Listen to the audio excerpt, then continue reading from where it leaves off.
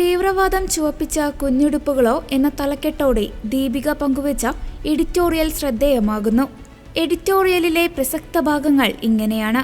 പലസ്തീനിലെ കുട്ടികൾക്ക് വേണ്ടിയെന്ന് പറഞ്ഞ് SIO എന്ന സംഘടന സ്റ്റുഡിയോയ്ക്കു മുന്നിൽ നിന്ന് പോസ്റ്റ് ചെയ്തത് ഒരു മതഫ്രെയിമിനു വേണ്ടിയാണ്.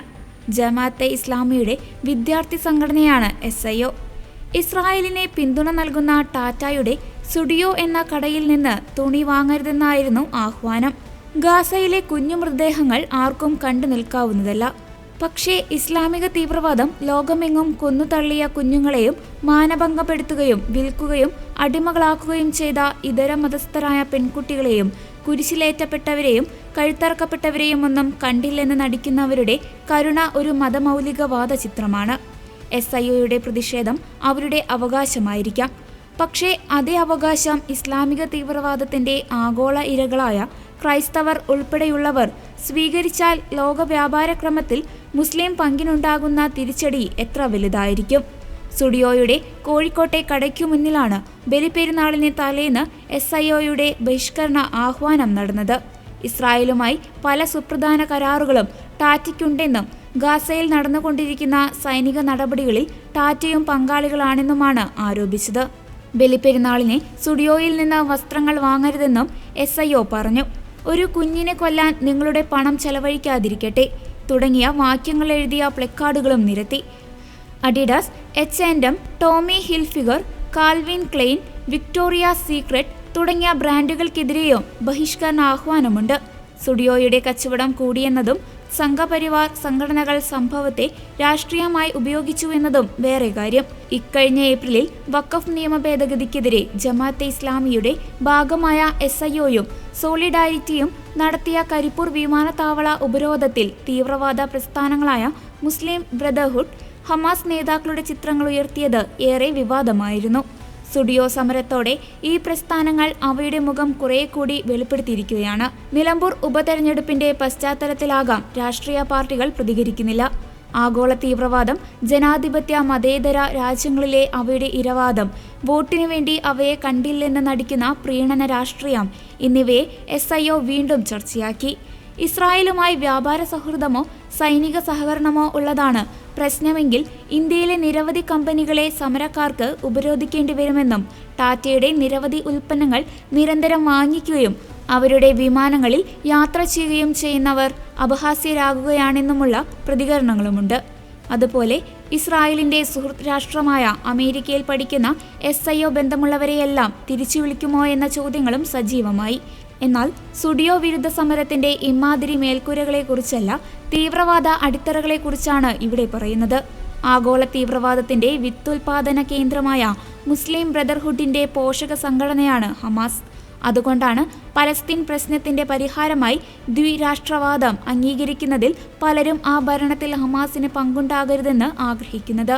പലസ്തീനിൽ ഒരു കുഞ്ഞും മരിക്കരുത്.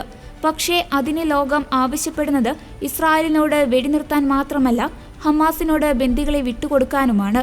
അതായത് കുഞ്ഞുങ്ങളുടെ ചോര ഹമാസിന്റെ കൈകളിലുണ്ട്.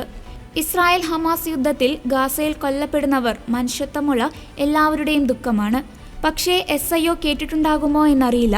ഈ അനുകമ്പയോ ഐക്യദാർഢ്യമോ കിട്ടാതെ ലോകത്ത് നിരവധി കുട്ടികൾ കൊല്ലപ്പെടുകയും മാനഭംഗത്തിനിരയാകുകയും പോഷകാഹാരക്കുറവ് കൊണ്ട് മരിക്കുകയും ചെയ്യുന്നുണ്ട്.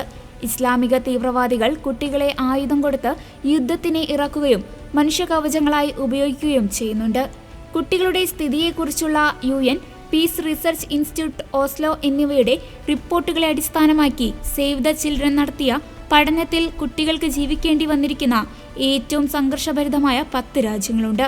Afghanistan, democratic republic of Congo, Syria, Yemen, Somalia, Mali, Nigeria, Cameroon, Sudan, central African republic എന്നിവയാണ് ആ രാജ്യങ്ങൾ. ഈ രാജ്യങ്ങളെ നിത്യയുദ്ധഭൂമികളാക്കി മാറ്റിയത് Islamic State, al Qaeda, Boko Haram, Muslim Brotherhood തുടങ്ങിയവയോ അവയുടെ പോഷക സംഘടനകളോ ആണെന്നും ഇസ്ലാമിക തീവ്രവാദികൾ ചോരയിൽ മുക്കിയ കുഞ്ഞുടുപ്പുകൾ ലോകമെങ്ങുമുണ്ടെന്നുമുള്ള യാഥാർത്ഥ്യം കേരളത്തിലും പലർക്കും അറിയില്ല. വംശഹത്യയിലേക്ക് കൂടി ഒന്നു വരാം. മുൻകൂട്ടി തയ്യാറാക്കിയ പദ്ധതി പ്രകാരം ഏതെങ്കിലും ഗോത്രവർഗ മതഭാഷ സംസ്കാര ദേശീയ വിഭാഗങ്ങളെ ഉന്മൂലനം ചെയ്യുന്ന പ്രക്രിയയാണ് വംശഹത്യ. അതനുസരിച്ച് ഗാസയിൽ നടത്തുന്നത് വംശഹത്യയാണെന്ന് പറയുന്നതിനെ ഇസ്രായേലിനെ ചോർക്കാനാകും. ഒന്നാമത്, ഇസ്രായേൽ മുൻകൂട്ടി തയ്യാറാക്കിയ പദ്ധതി പ്രകാരമല്ല 2023 ഒക്ടോബർ 7 ഹമാസ് ഭീകരർ ഇസ്രായേലിൽ കടന്നുകയറി ജനങ്ങളെ കൊന്നൊടുക്കുകയും ബന്ദികളാക്കുകയും ചെയ്തപ്പോഴാണ് യുദ്ധം പൊട്ടിപ്പുറപ്പെട്ടത്. രണ്ടാമത്തെ കാര്യം, പലസ്തീനികൾ ഉൾപ്പെടെ 18 ലക്ഷത്തോളം മുസ്ലിങ്ങൾ ഇസ്രായേലിൽ ജീവിക്കുന്നുണ്ട്. അതിൽ ഒട്ടുമുക്കാലും തുല്യാവകാശമുള്ള ഇസ്രായേൽ പൗരന്മാരാണ്. പലസ്തീനികളുടെ ഉന്മൂലനമാണ് ഇസ്രായേലിന്റെ ലക്ഷ്യമെങ്കിൽ ഇസ്രായേലിലെ പലസ്തീനികൾ എങ്ങനെയാണ് സുരക്ഷിതരായി കഴിയുന്നത്? വംശഹത്യ എന്ന വാക്ക് തോന്നിയപടി ഉപയോഗിക്കാനാകുമോ? വംശഹത്യ വിശേഷണം ഹമാസിനെ ചേരുമോ എന്ന് കൂടി വ്യക്തമാക്കണം. ഗാസ താൽക്കാലിക ലക്ഷ്യമാണെന്നും യഹൂദരും ക്രിസ്ത്യാനികളും ഇല്ലാത്ത ലോകമാണ് അന്തിമ ലക്ഷ്യമെന്നും വ്യക്തമാക്കിയിട്ടുള്ള ഭീകര പ്രസ്ഥാനമാണ് ഹമാസ്.